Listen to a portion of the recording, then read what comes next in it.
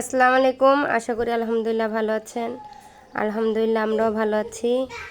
এটা কি দেখাচ্ছে জানেন? এটা ঘি। একটা ঘিয়ের বোতল ডিব্বা কিনে নিয়ে আসছিলাম।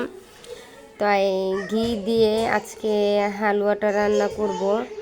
আপনাদের আগের ভিডিওতে দেখাইছি যে বুটের ডাল ভিজিয়েছিলাম।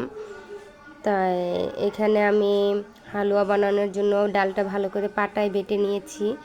আর এখানে ঘি আর দারচিনি এলাচি দিয়ে দিয়েছি। এখন আমি ডালগুলো দিয়ে দিলাম হালুয়া বানানোর জন্য। তাই আমি এই প্রথম আমার লাইফে আমি নিজে হালুয়া বানাচ্ছি। কখন আমি নিজে বানাই নাই, মানুষের দিয়ে বানাইছি, মানে যে পারে তারে দিয়ে বানাইছিলাম। তো এই ফার্স্ট বানাচ্ছি, আল্লাহ জানে কীরকম হয়। তাই পরবর্তীতে যখন বানানো হয়েছে আল্লাহর রহমতে ভালোই হয়েছে। তাই আমি কিছুক্ষণ ডালটা ভাজার পর চিনিও দিয়ে দিয়েছি। এখন আমি এটা ভালো করে নেড়ে নিব। তাহলে এখান থেকে চিনির থেকে অনেক পানি ছাড়বে, যে ছাড়া শুরু হয়েছে। তাই আপনারা সবাই দেখতে থাকেন কিভাবে বানাই হালুয়াটা। দেখতে হলে অবশ্যই ভিডিওটার সাথে থাকতে হবে। তাই আমি এখন বারে বারে নাড়তে হবে, না হলে লেগে যাবে। বারে বারে নেড়ে দিতে হবে, হাত থামানো যাবে না এরকমভাবে। আর তো এই যে দেখেন অনেকটাই পানি ছেড়েছে। তা আমি গুঁড়া দুধ দিলাম, জানি এটা টেস্টটা একটু ভালো আসে তার জন্য।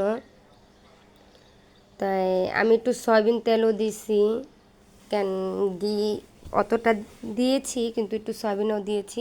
যদি আপনারা চান তাহলে শুধু ঘি দিয়ে রান্না করতে পারেন, পুরা ঘি দিয়ে রান্না করলে আরও মজা হয়। তা আমাদেরটাও ভালো হয়েছে। এটাতে আমি সুন্দর করে ঢেলে পিস পিস করে নিয়েছি। কত সুন্দর হয়েছে মাশাল্লাহ। তাই হালুয়া তো আমার বানানো শেষ। হালুয়া খেয়েও দেখছি অনেক মজা হয়েছে, কিন্তু আমার দর্শক ভাইদের তো আর দেওয়ার মতন ওরকমই নাই। তাই সবাই দেখেই শান্তি নেবেন।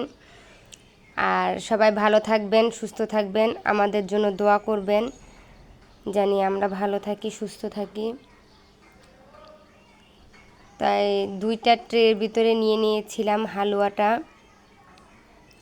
কেন একটার ভিতরে হবে না সুন্দর, তাই বেশি মোটা হয়ে যাবে তার জন্য। যেমন আমি 2টা ট্রেতে নিয়েছি, আর 2টা পাত্রতেই আমি রান্না করেছিলাম, এই কারণে 2টা 2 রকম কালার হয়েছে। এই যে দেখেন হালুয়াগুলো দেখতে কত সুন্দর লাগছে, খেতেও কিন্তু অনেক মজা হয়েছে। তো সবাই সুস্থ থাকবেন, ভালো থাকবেন। আল্লাহ হাফেজ।